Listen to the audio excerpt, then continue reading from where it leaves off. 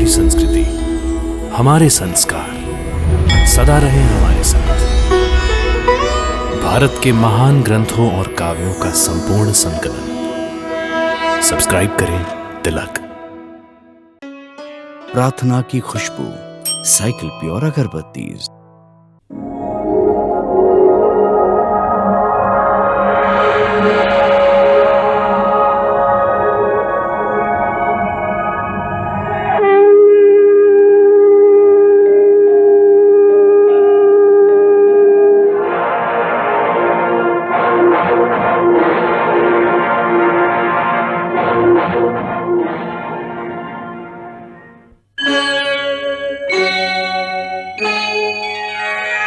कृष्णा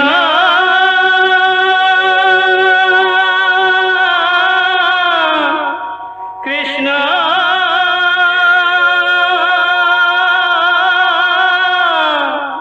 हरे कृष्णा हरे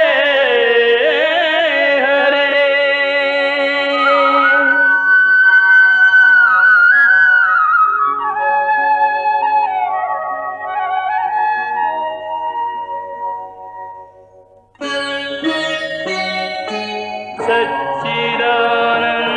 सच्चिदानन्दरूपाय विश्वोत्पत्त्यादिहेतवे तापत्रयविनाशाय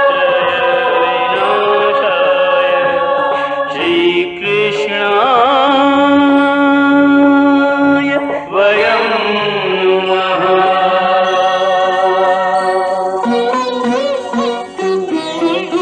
श्रीकृष्ण गोविंद हरे मुरारे, हे नाथ नारायण वासुदेव। हरे कृष्ण राधे राधे कृष्ण कृष्ण हरे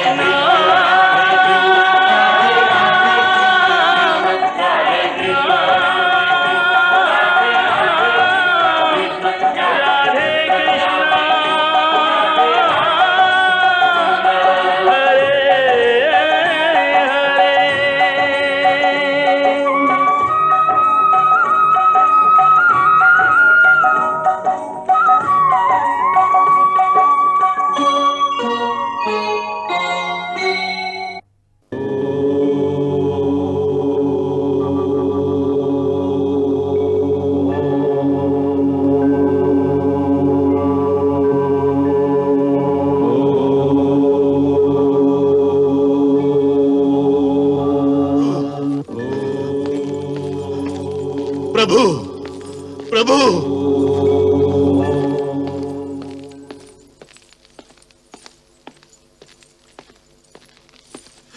प्रभु, एक बड़ा दुखद समाचार है प्रभु, बड़ा दुखद समाचार है।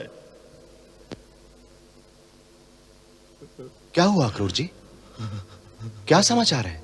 किसका समाचार है? पांडवों का। पांडवों का? क्या हुआ पांडवों को? बताइए अक्रूर जी, क्या समाचार है? कुछ तो कहिए अक्रूर जी, क्या समाचार है? कोई कोई दुर्घटना हुई है क्या? जी प्रभु। कैसी दुर्घटना? कैसी दुर्घटना अक्रूर जी, कैसी दुर्घटना? कुछ तो बताइए। प्रभु, पांचों भाई अपनी माता के साथ वारणावत तीर्थ स्थान पर भगवान शिव की वार्षिक पूजा के लिए गए हुए थे। हाँ तो? अभी अभी हस्तिनापुर से सूचना मिली है कि वहां के राजभवन में जहां वो ठहरे हुए थे, उस मकान में रात के समय अचानक आग लग गई प्रभु, आग लग गई। आग लग गई? हाँ प्रभु, पांचों भाई अपनी माता के साथ। जल गए क्या? हाँ प्रभु, जल गए, जल गए प्रभु, जल गए। महाराज पांडु के कुल का सर्वनाश हो गया, सर्वनाश हो गया प्रभु,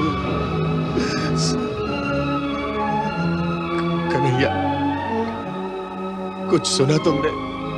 हाँ दाऊ भैया, सुन लिया। ये समाचार यदि सत्य है तो अत्यंत दुखदाई है। मेरे विश्वस्त गुप्तचर अभी अभी हस्तिनापुर से आए हैं। महाराज धृतराष्ट्र और राज परिवार के अन्य सदस्य उनका श्राद्ध करने के लिए यमुना तट पर जाने वाले हैं। इसलिए मैं ये सूचना लेकर आया था कि आपको भी इस समय अपनी बुआ और उनके पुत्रों को जलांजलि देने उनके साथ जाना चाहिए। प्रभु, साथ जाना चाहिए। वहां जाने की क्या आवश्यकता है? वहां जाने की आवश्यकता इसीलिए है कन्हैया कि वहां जाकर शोकातुर परिवार के लोगों को कुछ सांत्वना दी जाए। ऐसे दुख के समय में किसी का दुख बांटने से उसे बहुत सहारा मिलता है। ये तो ठीक है दाऊ भैया, परंतु दुख तो उसके साथ बांटा जाता है जो दुखी हो।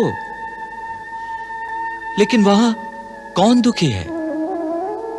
राज परिवार में कौन ऐसा है जो पांडवों के मरने पर शोकातुर होगा? क्या? हाँ दाऊ भैया, उन सब का दुख केवल एक दिखावा है। यहां तक कि स्वयं महाराज धृतराष्ट्र के मन में भी इस समय एक छिपी हुई प्रफुल्लता सी होगी।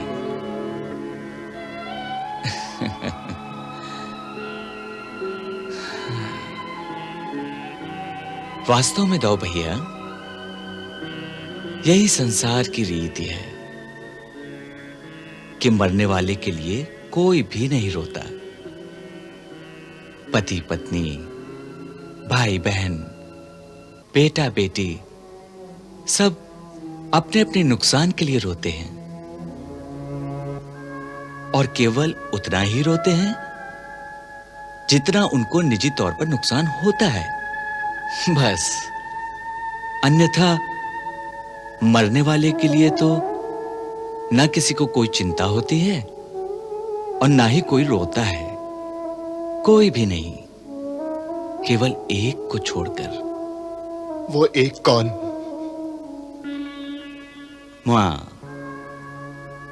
मां का दुख निस्वार्थ होता है। केवल मां की पीड़ा निश्चल होती है और किसी की भी नहीं। सो जो यहां सचमुच दुख करने वाली थी, वो बेचारी तो अक्रूर जी की सूचना के अनुसार उनके साथ ही चली गई। तो अब हम वहां किसका दुख बांटने जाएं? समझ में नहीं आता कन्हैया, ये सब कैसे हुआ, क्यों हुआ? क्यों का तो एक ही उत्तर है भैया, कि जिसका जन्म हुआ है उसे एक न एक दिन मृत्यु भी अवश्य आएगी। सो इस मृत्यु लोक में किसी का मरना तो कोई नई बात नहीं, और न वो कोई विचित्र बात है।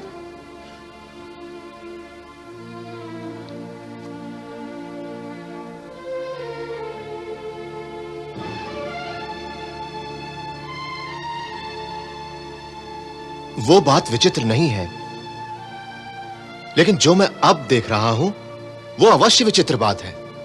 ऐसी कौन सी विचित्र बात देख रहे हैं आप भैया? मैं देख रहा हूं कि बुआ कुंती और पांचों पांडवों के मरने का तुम्हें कोई दुख नहीं है। हाँ भैया, ये समाचार सुनकर हमें कोई दुख नहीं हुआ। क्यों? क्योंकि शास्त्रों में भी ऐसा ही लिखा है कि प्रत्येक प्राणी की मृत्यु निश्चित होती है। सो ज्ञानी मनुष्य को किसी की मृत्यु पर शोक नहीं करना चाहिए। ज्ञानी मनुष्य? हाँ। तुम भगवान से मनुष्य कब बन गए? मुझे भगवान से मनुष्य तो आप ही ने बना दिया भैया। मैंने? कब से? जब से आपने मुझसे ये आशा की कि सगे संबंधियों की मृत्यु पर मुझे भी एक साधारण मनुष्य की तरह शोक करना चाहिए। नहीं, सगे संबंधियों की मृत्यु पर एक साधारण मनुष्य की तरह शोक करने की मैंने तुमसे आशा नहीं की है। फिर मैंने भगवान की भांति शोक करने की आशा की है तुमसे। भगवान को भी कभी दुख होता है? यह माना कि भगवान कभी दुखी नहीं हो सकते, परंतु एक बात ऐसी है जिसके कारण भगवान भी विवल हो उठते हैं, वो भी तड़प उठते हैं, और वो है उनके भक्त का दुख। अगर उनके किसी भी भक्त पर विपदा आन पड़े तो वो भी तड़प उठते हैं। और अर्जुन तो आपका परम भक्त है और सखा भी, जिसकी रक्षा का वचन आप उसके पिता इंद्र को दे चुके हैं। आपके भक्त की मृत्यु हो जाए और आप ना तड़पें, विवल ना हो, यह संभव नहीं है। परंतु जिसकी रक्षा का वचन हमने दिया है, हमारे होते हुए उसकी मृत्यु कैसे हो सकती है? ये आपने नहीं सोचा भैया?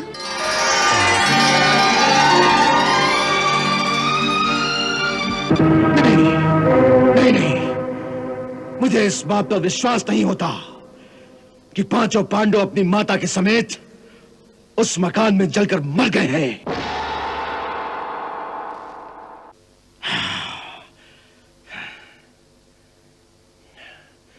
नहीं, नहीं, यह संभव नहीं है। परंतु जो हो गया है उसे आप कैसे झुठला सकते हैं? आचार्य, आप तो अपने शिष्यों को अच्छी तरह से जानते हैं। अर्जुन और भीम ऐसे पराक्रमी पुरुष सिंह क्या एक जलते हुए मकान के अंदर जलकर मर सकते हैं? नहीं, कभी नहीं। यदि भीम चाहता तो अपने एक ही कंधे से धक्का देकर उस मकान की मोटी से मोटी दीवार को गिराकर निकलने का रास्ता बना लेता। और अर्जुन जैसा धनुर्धर क्या एक चूहे की तरह मर जाएगा? वो अपने एक वरुणास्त्र से इतना जल बरसा सकता था कि यदि पूरी नगरी में आग लग जाए तो वो भी बुझ जाती।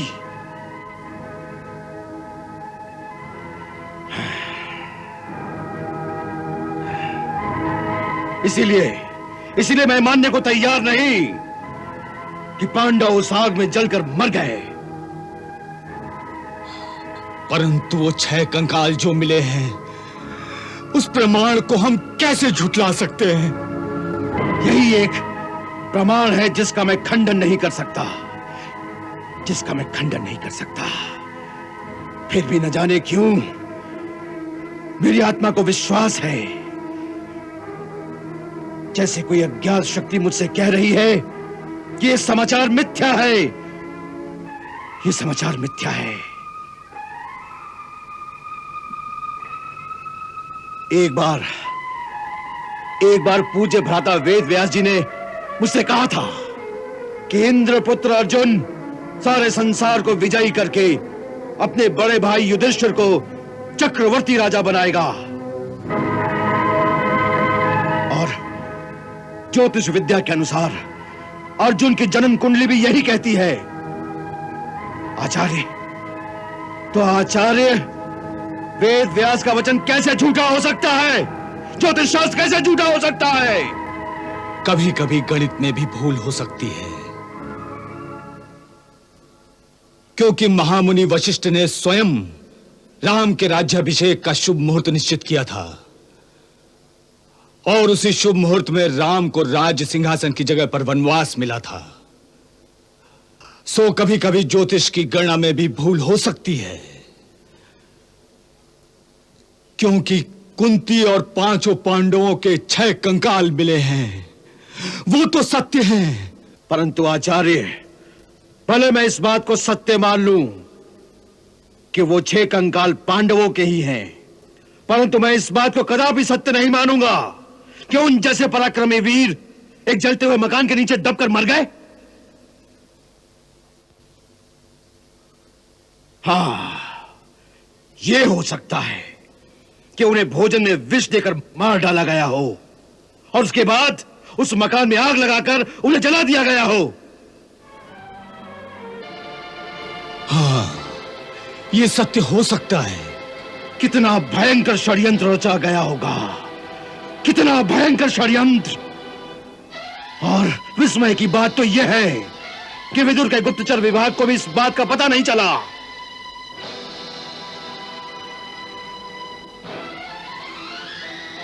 जो कुछ भी हुआ उसका एक ही परिणाम है।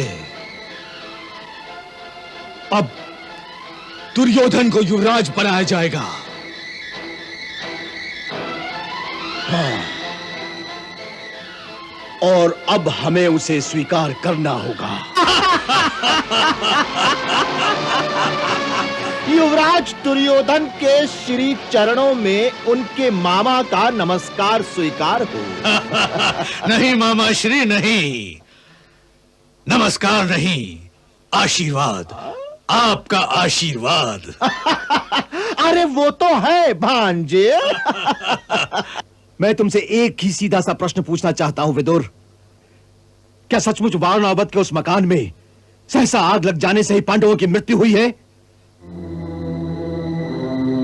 तुम्हारा राजनीति का ज्ञान क्या कहता है? तुम्हारे अपने अनुमान में यह दुर्घटना सच्ची लगती है या नहीं?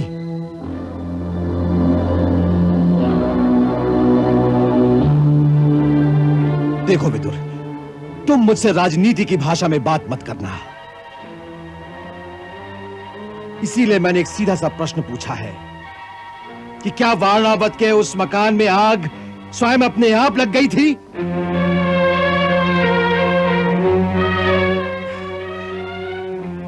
देखो, अगर सत्य जानते हो तो साफ साफ बताओ, और अगर सत्य नहीं जानते हो तो अपने अनुमान से बताओ। बस इतनी सी बात का उत्तर दो। तातश्री, इस विषय में अनुमान लगाने की आवश्यकता नहीं, क्योंकि मैं अच्छी तरह जानता हूं कि उस मकान में आग अपने आप नहीं लगी। अर्थात आग लगाई गई? जी।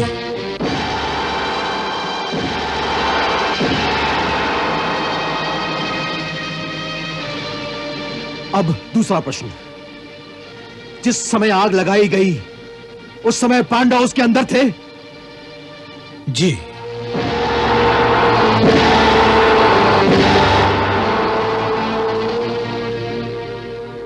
और वे जीवित थे या उन्हें मारकर वहां फेंक दिया गया था? जी, जीवित थे और अंदर थे। जीवित थे तो होश में थे या बेहोश थे? जी, होश में थे। नहीं, ये झूठ है। विदुर, तुम अच्छी तरह से जानते हो कि भीम के शरीर में 10,000 हाथियों का बल है। उसकी एक ही मुष्टि के प्रहार से उस मकान की दीवारें टूट सकती थी। फिर वे उस मकान की दीवारों को तोड़कर बाहर क्यों नहीं निकल आए? क्या वे दीवारें लोहे की बनी हुई थी? जी नहीं तातश्री, लोहे की नहीं, वो दीवारें लाख की बनी हुई थी। लाख की? तुम्हारा कहना है कि लाख का घर बनाया गया था?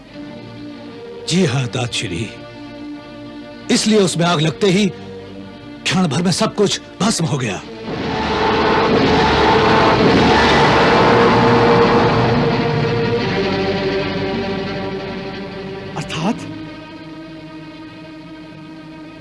अर्थात एक लाक्षागृह बनाकर उनकी हत्या की गई?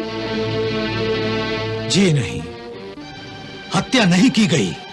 तो फिर? केवल हत्या का प्रयास किया गया। केवल प्रयास किया गया? हत्या नहीं की गई, प्रयास किया गया, हत्या नहीं की गई। तुम कहना क्या चाहते हो विदुर? तुम कहना क्या चाहते हो? केवल इतना ही तातश्री कि शत्रु ने पांडवों की हत्या करने की कोशिश अवश्य की, परंतु हमें ठीक समय पर पता चल गया, इसलिए उनकी योजना सफल ना हो सकी। हाँ?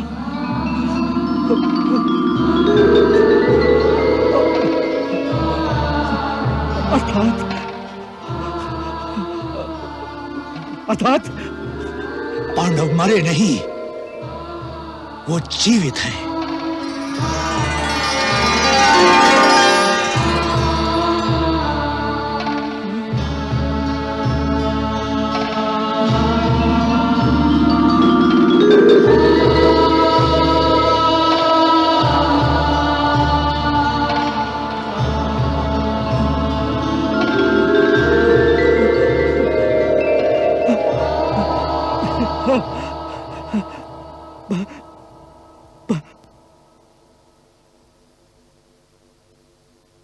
ताजश्री, ये केवल आपके आशीर्वाद के पुण्य प्रताप से ही संभव हो सका, अन्यथा शत्रु ने तो हमें मात दे ही दी थी। केवल आपके पुण्य प्रताप से सब बच गए।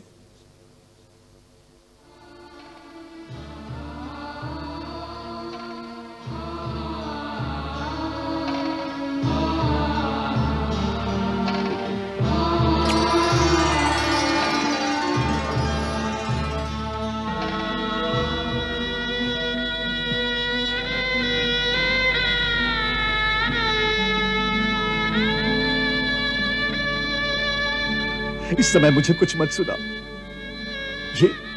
ये सारी बातें मैं बाद में विस्तार से सुन लूंगा।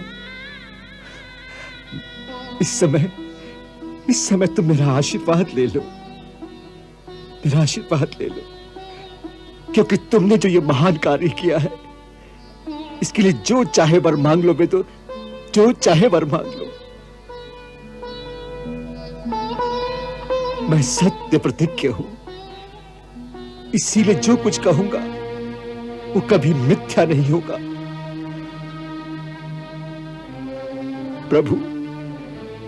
प्रभु मेरे वचन की लाज रखेंगे। विदुर मैं तुम्हारे कार्य से अति प्रसन्न हूं, अति प्रसन्न हूं विदुर, अति प्रसन्न। इसलिए तुम जो चाहे मांग लो, जो चाहे मांग लो विदुर।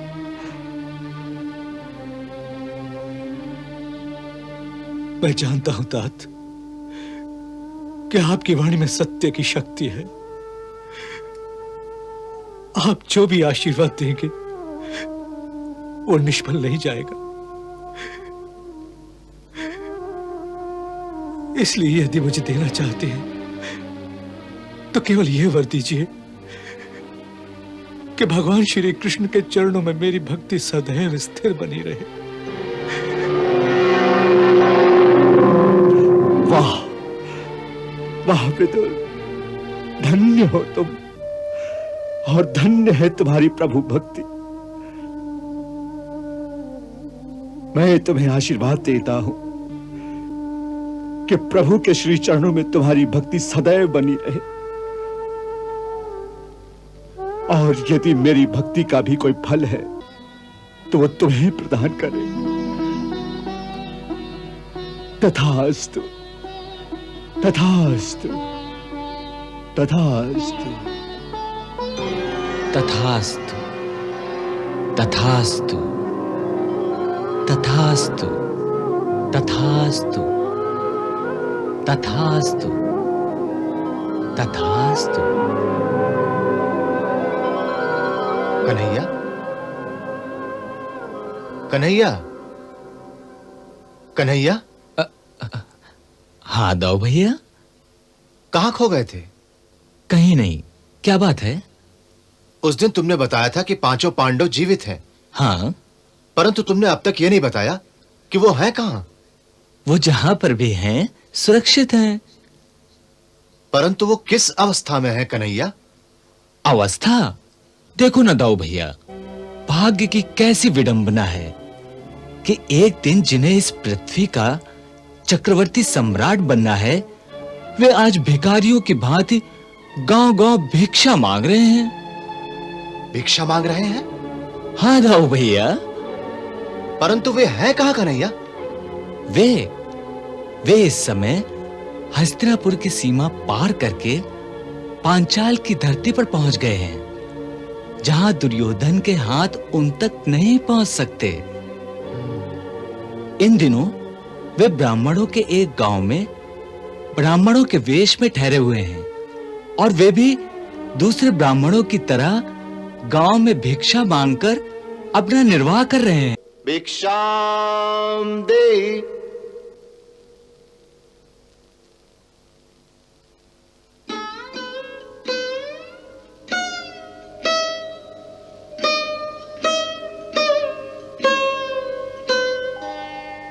सुखी रहो पुत्री।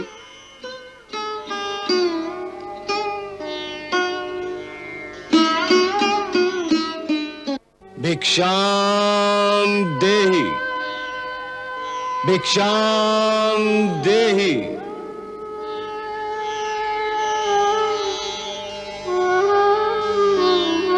सुखी रहो देवी।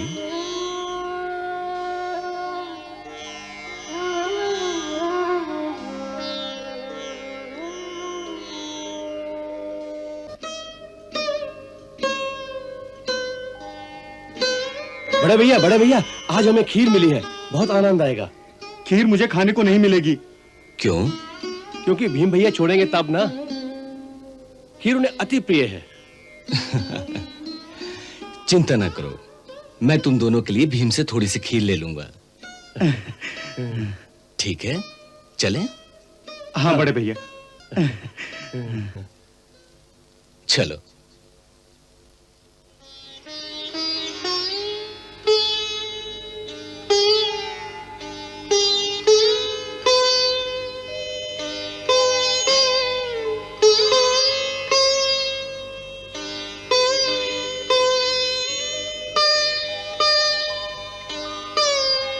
माँ, हम भिक्षा ले आए हैं। पांचों बांट कर खा लो। पर बांटना तो आपको ही पड़ेगा ना। अच्छी बात है, तुम लोग स्नान कर लो, मैं आती हूँ। अच्छा माताश्री।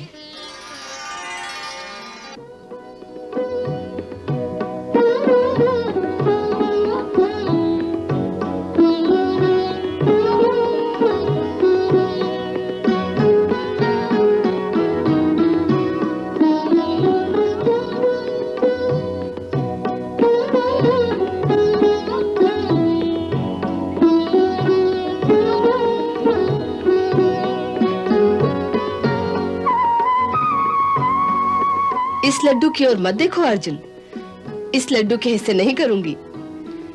नकुल सहदेव को लड्डू बहुत भाते हैं, ये लड्डू उनको ही दूंगी। और भीम भैया को पूरा लड्डू? हाँ, सारे भोजन में से आधा हिस्सा उसका ही होता है। हाँ, मेरी वस्तु पे नजर ना लगाना, वरना तुम्हारा हिस्सा भी खा जाऊंगा। अर्जुन भैया, आप मेरे हिस्से का लड्डू ले लो। रहने दो बचुआ, हम छोटे भाइयों का हिस्सा नहीं लेते। और बड़े भैया से कुछ मिलने वाला नहीं। बस यही कष्ट है मंझले होने का। छोटे से अन्याय नहीं कर सकते और बड़े का अत्याचार सहना पड़ता है।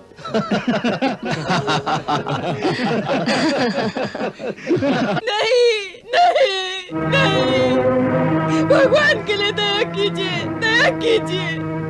मैं भी तो हो जाऊंगी, मेरे बच्चे अनाथ हो जाएंगे, हमारा जीवन नष्ट हो जाएगा। दया कीजिए, कुछ तो दया कीजिए, मेरे बच्चों को अनाथ मत कीजिए, हमारी दशा पे दया कीजिए। आप इनको ले जाओगे तो मेरे बच्चों का जीवन तबाह हो जाएगा। अभी मेरी पुत्री का विवाह भी नहीं हुआ, मेरा पुत्र भी अभी बहुत छोटा है। आपको हम पर दया नहीं आती? देवी, हमें तुम पर बहुत दया आती है, लेकिन हम क्या कर सकते हैं?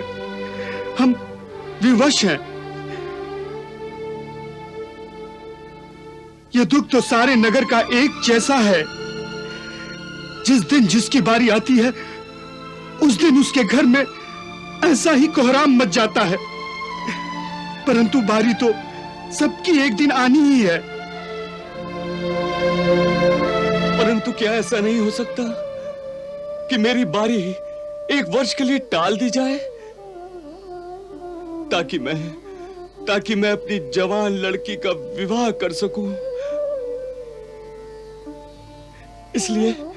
इसलिए मुझे 1 साल की मोहलत दे दो। ये मेरी पुत्री की रक्षा का प्रश्न है। गंगाधर जी, ये केवल आपकी एक पुत्री का प्रश्न नहीं है,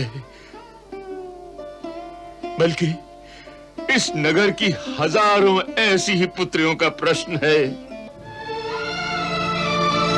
आज हर एक घर की यही परिस्थिति है, तो फिर कौन जाएगा उस राक्षस का भोजन बनने के लिए। गंगाधर जी, आप स्वयं भी तो थे उस सभा में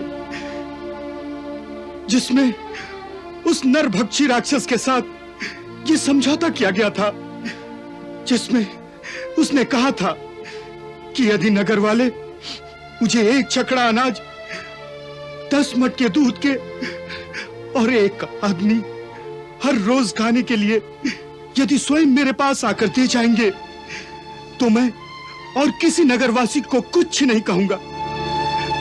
परंतु जिस दिन मुझे ये खुराक नहीं मिली, उस दिन सारे नगर में लहू की नदियां बहा दूंगा।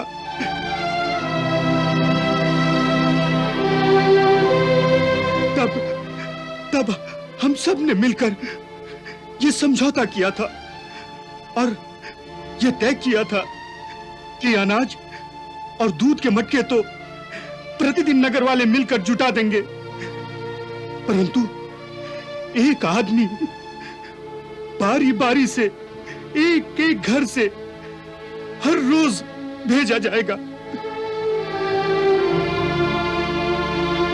महोदय, अब प्रस्थान करने की तैयारी करें। नहीं।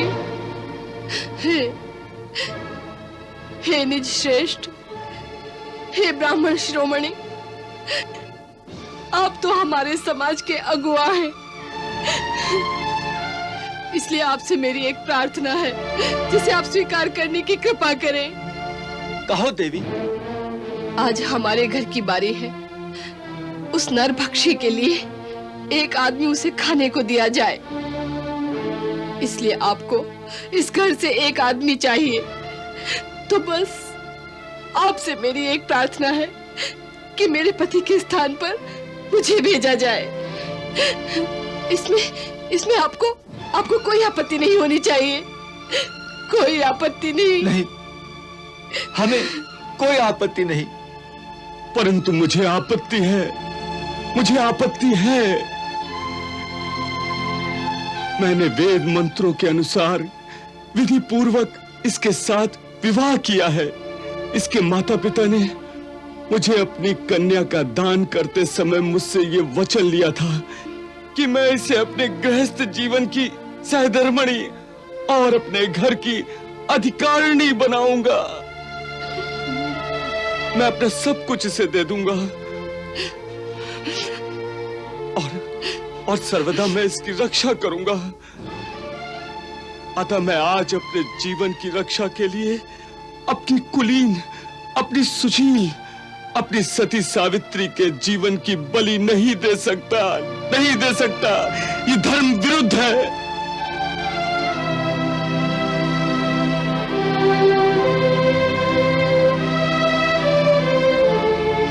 आपने अपने धर्म की बात कही, परंतु मेरा भी तो एक धर्म है। शास्त्र के अनुसार नारी का सबसे बढ़कर यही एक सनातन कर्तव्य है कि आवश्यकता पड़ने पर वो अपने पति के लिए अपने प्राण भी न्यौछावर कर दे। यही सबसे बड़ा एक धर्म है जिससे इस लोक में यश और परलोक में अक्षय सुख की प्राप्ति होती है। मेरी दूसरी युक्ति यह है कि मेरे पति और मेरी संतान को थोड़ा दुख अवश्य होगा, परंतु पिता के होते हुए इनका भविष्य उज्जवल होगा, इनका जीवन सुरक्षित होगा। एक विधवा की जवान लड़की की ओर दुराचारी लोग ऐसे घूरते हैं जिस प्रकार जमीन पर गिरे हुए मांस के टुकड़े पर पक्षी बार बार झपटते हैं। इनकी रक्षा के लिए इनका रहना बहुत आवश्यक है। इनके जीवन का मोल मेरे जीवन से कहीं अधिक है। इसलिए आप मेरे पक्ष में निर्णय लीजिए। कोई भी निर्णय करने से पहले आपको मेरी भी एक प्रार्थना सुननी होगी। कहो पुत्री, कहो। हे महात्मा, मेरी आपसे यही प्रार्थना है कि मेरे माता पिता के स्थान पर उस राक्षस के आहार के लिए मुझे भेज दिया जाए। हे पुत्री, हम तुम्हारी ऊंची भावनाओं का आदर करते हैं, परंतु तुम्हारे माता और पिता दोनों इसे नहीं मानेंगे। क्यों नहीं मानेंगे? नहीं, हे महात्मा, सब जानते हैं कि कोई भी माता पिता सदा के लिए अपनी कन्या को घर में नहीं रखते। सो मेरे माता पिता भी अति शीघ्र ही मेरा विवाह करके मुझे इस घर से भेजने की तैयारी कर रहे हैं। इसलिए जब मुझे उन्होंने इस घर से भेजना ही है, मेरा परित्याग करना ही है, तो आज ही क्यों न किया जाए? नहीं, जिससे मेरे द्वारा संतान के धर्म का पालन भी हो जाएगा।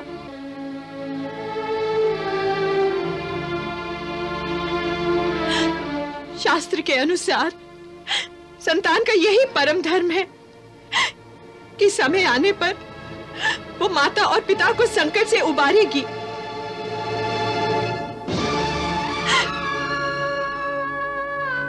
आपको मेरे ही पक्ष में निर्णय करना चाहिए।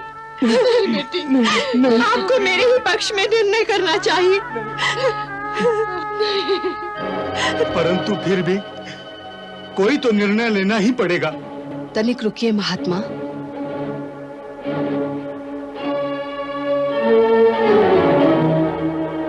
आप अंतिम निर्णय करने से पहले आपको मेरी भी एक प्रार्थना स्वीकार करनी पड़ेगी। किंतु आप कौन हैं? मैं इस नगर में एक अतिथि हूँ। इस ब्राह्मण दंपति का बड़ा उपकार है हम पर। इन्होंने हमें अपने घर में शरण दी है। इसके अतिरिक्त आपके सारे नगर का भी हम पर उपकार है। इस विधवा के बच्चे प्रतिदिन यहाँ के नगरवासियों से भिक्षा लेकर आते हैं, जिससे अब तक हमारा जीवन निर्वाह हुआ है। जिस नगर ने हमें आपातकाल में आश्रय दिया हो, हमें हर रोज भिक्षा दी हो, उसके प्रति हमारा भी एक उत्तरदायित्व है। इसलिए हे महात्मा, आपसे प्रार्थना करती हूँ कि आज इन तीनों की जगह मेरे एक पुत्र को जाने की आज्ञा दी जाए। नहीं नहीं, ऐसा नहीं हो सकता, ऐसा नहीं हो सकता। शरण में आए हुए शरणार्थी को अपनी रक्षा के लिए संकट में डालना ऐसा क्रूर पाप है जो परम निंदनीय है, परम निंदनीय है।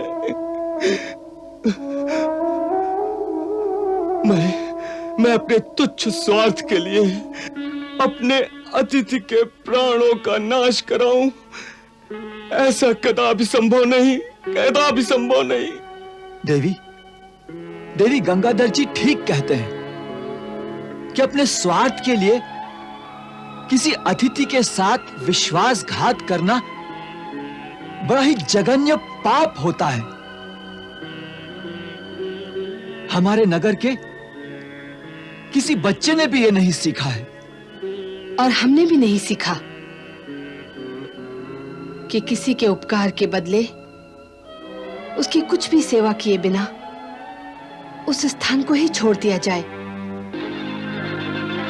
इसलिए मैंने आपसे प्रार्थना की है कि आज मेरे पुत्र को उस राक्षस के पास जाने की आज्ञा दी जाए। आप कैसी माता हैं? अपने ही पुत्र के बलि की बात ऐसे कर रही हैं जैसे कि मुझे पुत्र की कुछ चिंता ही नहीं। परंतु हे विप्रवर,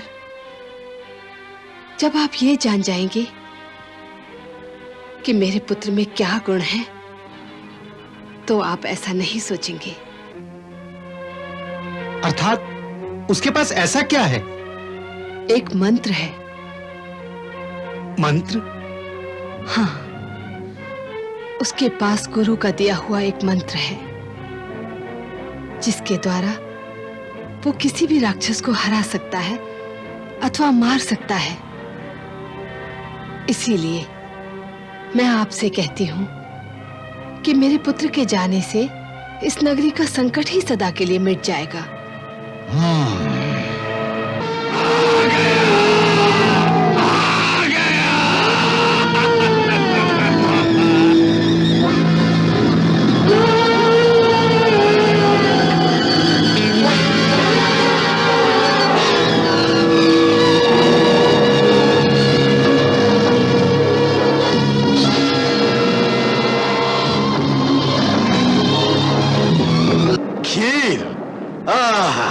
खीर, वाह, आज तो आनंद, परमानंद आ गया।